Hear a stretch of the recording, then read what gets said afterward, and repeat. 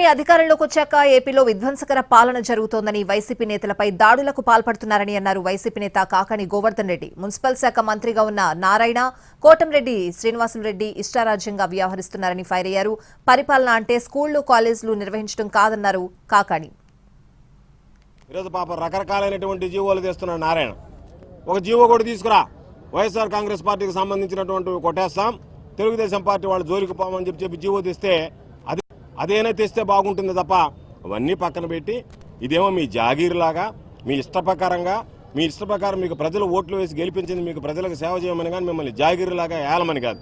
కాబట్టి మీరు అనుకుంటున్నారేమో మా ఇష్ట ప్రకారం మేము ఏలతాం, మా ఇష్ట ప్రకారం మేము ఈరోజు చేస్తామని చెప్పి ఎక్కడైనా సరే నారాయణ కానీ మున్సిపల్ సిబ్బందికి కానీ మీరు ఈ దాడులు ఆపండి. ఈ దాడులు సరైనటువంటివి కాదు.